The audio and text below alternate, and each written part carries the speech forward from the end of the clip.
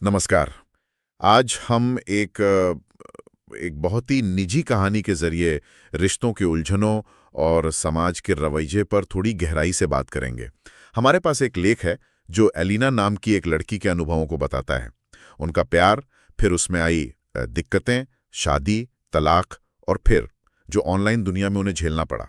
और दिलचस्प बात यह है कि कहानी उनकी एक करीबी, जिन्हें वो दाई कहती हैं, उनके नजरिए से लिखी गई है। जी बिल्कुल। और इस नज़रिए से मतलब हमें ये समझने में मदद मिलती है कि कैसे निजी जिंदगियां, खासकर जब वो मुश्किल दौर से गुजर रही हों, वो एकदम से पब्लिक में आ जाती हैं। हमारा मकसद है इस कहानी के जरिए रिश्तों की जो कॉम्प्लेक्सिटी होती है, सामाजिक दबाव और खासकर ये ऑनलाइन बर्ताव, उसकी कड़वी सच्चाइयों को देखना, जैसा इस लेख में बताया गया है। हाँ, तो कहानी शुरू होती है करीब 2.5 साल पहले, जब एलिना ने बड़े उत्साह से अपने दाई को उस लड़के से मिलवाया जिससे वो प्यार करती थी।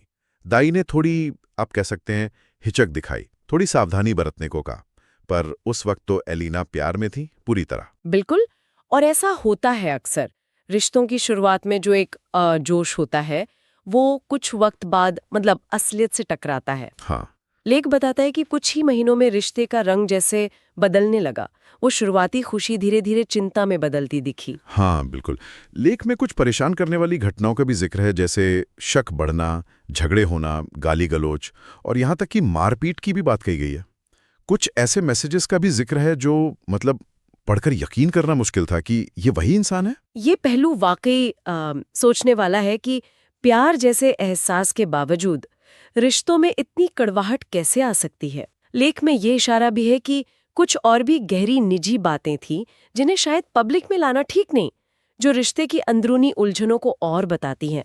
उनकी प्राइवेसी का सम्मान किया गया है, जाहिर है। तो जब ब्रेकअप हुआ तो लेखिका यानी दाई, उन्होंने एक तरह से राहत महसूस की। लगा कि चलो एलिना इस मुश्किल से बाहर आ गई हैं। लेकिन कहानी में एक बड़ा मोड़ तब आया जब कुछ ही समय बाद पता चला कि एलिना उसी लड़के से शादी करने जा रही हैं। ये तो हाँ, ये चौंकाने वाला था। जी। और ये फैसला, जैसा लेख इशारा करता है, शायद एक उम्मीद पर टिका था कि भई शादी शायद सब कुछ ठीक कर देगी। ये समाज की या शायद परिवार की भी परवाह किए बिना बस अपने दिल की सुनने जैसा कदम था। इसे एक तरह की हिम्मत कह सकते हैं। हाँ, भले ही नतीजा वो नहीं निकला जो सोचा था। और शादी के बाद क्या हुआ, ये तो अब खैर पब्लिक डोमेन में है, मीडिया में आ चुका है। रिश्ता चला नहीं, तलाक हो गया।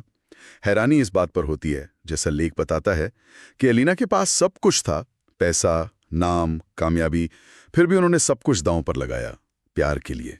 ये दिखाता है कि वो रिश्ता उनके लिए कितना कितना अहम था। और यहीं से मतलब लेख का फोकस शिफ्ट होता है समाज और खासकर ऑनलाइन कमेंट करने वालों की तरफ।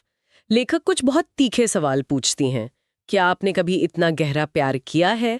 क्या उसके लिए कुछ छोड़ा है? क्या आप में इतनी हिम्मत है कि अपने फैसलों के लिए दुनिया से लड़ जाएं? एलिना ने ये हिम्मत दिखाई, भले ही वो सफल नहीं हुई। हाँ, लेखिका एलिना की इस हिम्मत की तारीफ करती हैं, नतीजा चाहे जो भी रहा हो।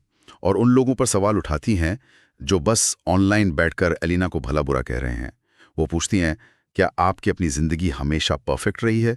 क्या आपके जानने वालों में कभी रिश्ते नहीं टूटे? है ना? बिल्कुल। और ऑनलाइन नफरत फैलाने वालों के लिए तो लेख में बहुत कड़े शब्द है। उनकी भाषा को गली के गुंडों जैसा बताया गया है। उन्हें नर पिशाच तक कहा गया है, मतलब वो लोग जो दूसरों के दुख में मजा लेते हैं। ये सोशल मीडिया का वो डार्क साइड दिखाता है जहां सेंसिटिविटी एकदम खत्म हो जाती है। मीडिया के रोल पर भी सवाल उठाया गया है।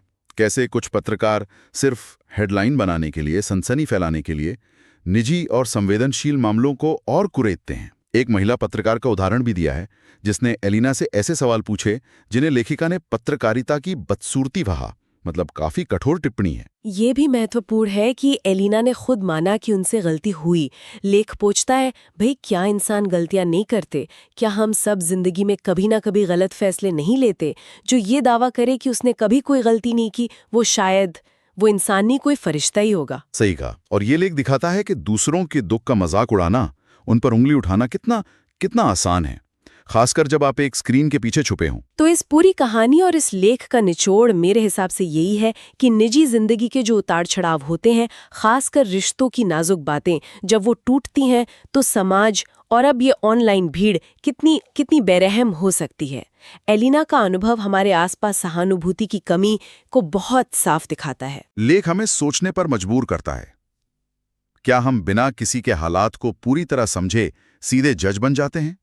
क्या हम अनजाने में ही सही सोशल मीडिया शिकारी बन रहे हैं, जो दूसरों के तकलीफों पर अपनी राय, अपनी जजमेंट थोपते हैं? और अंत में एक सवाल जो लेख हमारे लिए छोड़ता है, वो ये है कि जब हम खुद किसी मुश्किल दौर से गुजरेंगे, अपनी किसी गलती का नतीजा भुगत रहे होंगे, तब शायद हमें ये एहसास ज्यादा गहराई से होगा कि किसी के जख्मों पर नमक छिड़कना कितना बुरा होता है। यह हमें सोचने को कहता है कि हम एक ज्यादा हमदर्द और समझदार ऑनलाइन माहौल कैसे बना सकते हैं।